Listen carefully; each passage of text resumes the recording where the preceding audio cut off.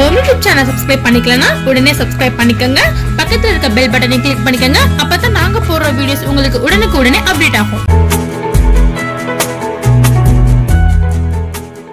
நாம இன்னைக்கு பார்க்க போறது உப்பு கண்டம் போட போறோம்.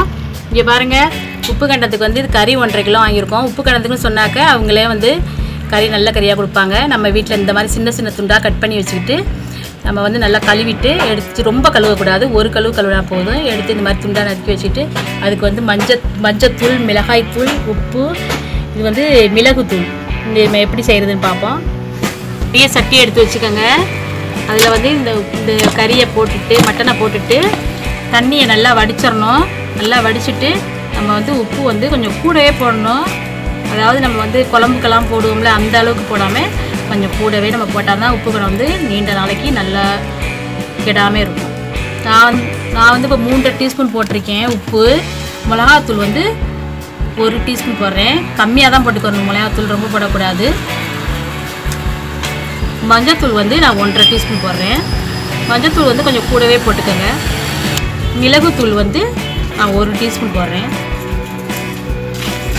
போட்டு இதை வந்து நல்லா வந்து இந்த கறியில் வந்து நல்லா படுற மாதிரி நல்லா வந்து பிசைஞ்சிக்கங்க. பிசைஞ்சு கொஞ்சம் நேரம் வந்து ஒரு 10 நிமிஷம் நம்ம வந்து அதை ஊற வச்சுட்டு அப்புறம் வந்து நம்ம வந்து நூலில் வந்து கோத்தரணும். நூல்னால் வந்து நம்ம பம்பரை விடுவோம் பார்த்தீங்களா, அதுக்கு கயிறு வைக்கல, அந்த கயிறை வாங்கி கோணி யூஸில் இந்த மாதிரி, இங்கே பாருங்கள், இந்த மாதிரி கயிறு வாங்கி, நம்ம ஒயிட் கயிறு தான் வாங்கணும். வாங்கி இந்த மாதிரி கோணி ஊசி, பெரிய கோணி ஊசி எடுத்துகிட்டு அதில் நம்ம வந்து கோத்து வெயிலில் சின்ன சின்ன துண்டாக போட்டுக்கோங்க. நம்ம வெயிலில் காய வச்சு வந்து இங்கே பாருங்கள், நம்ம வந்து இதில் வந்து கோத்துக்கிற வேண்டியதான். இது வந்து நம்ம கொஞ்சம் 10 நிமிஷம் ஊற வச்சா கொஞ்சம் தண்ணி வடிஞ்சிரும். அந்த தண்ணியை நம்ம வந்து வடித்து எடுத்துடணும். வடித்து எடுத்துகிட்டு நம்ம வந்து கோத்து நம்ம கொண்டு போய் வெயிலில் வந்து நல்ல வெயில், இப்போ வெயில் காலம், நல்லா வெயிலில் போட்டால் சீக்கிரம் 2 நாளில் காஞ்சிரும். காஞ்சதை நம்ம எடுத்து ஃப்ரிட்ஜில் வச்சுக்கிட்டு தட்டி நம்ம வேணுங்கிறப்ப தட்டி வறுத்துக்கலாம். கோத்து ஊற இங்கே பாருங்கள், 10 நிமிஷம் ஊறிடுச்சு. நம்ம இப்போ திரும்ப சொல்ல 10 நிமிஷம் நம்ம வந்து இப்போ வந்து கோத்தரலாம். கோத்து நம்ம வெயிலில் கட்டி விட்டுறலாம். பாருங்கள், இப்படி தான் கோக்கணும்.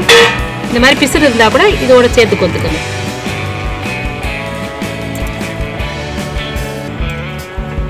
சின்ன சின்ன துண்டாக போட்டுக்கோங்க, அப்போ தான் உங்களுக்கு சீக்கிரம் காயும். இந்த மாதிரி கோத்தாச்சு. நீங்கள் வந்து நல்லா இந்த கயிறை வந்து நல்லா நிறையா வச்சுக்கோங்க. கொஞ்சம் ஒத்தையாக கட்டிட்டு ஒத்தையாக எடுத்து விட்டிங்கன்னா சீக்கிரமாக காஞ்சிரும். உங்களுக்கு டேஸ்டான உப்பு கண்டம் ரெடி. இங்கே பாருங்கள், உப்பு கண்டம் வந்து இந்த மாதிரி காஞ்சிரும். நம்ம இதை எடுத்து நல்லா கல்லை வச்சு நல்லா தட்டணும். தட்டி வறுத்து சாப்பிட வேண்டியது தான். நீங்கள் நல்லா சாம்பார் சாதத்துக்கெலாம், ரசம் சாதம், சாம்பார் சாதத்துக்கெலாம் சாப்பிட்டீங்கன்னா சூப்பராக இருக்கும். அந்த மாதிரி தட்டி வறுத்து சாப்பிடுங்க.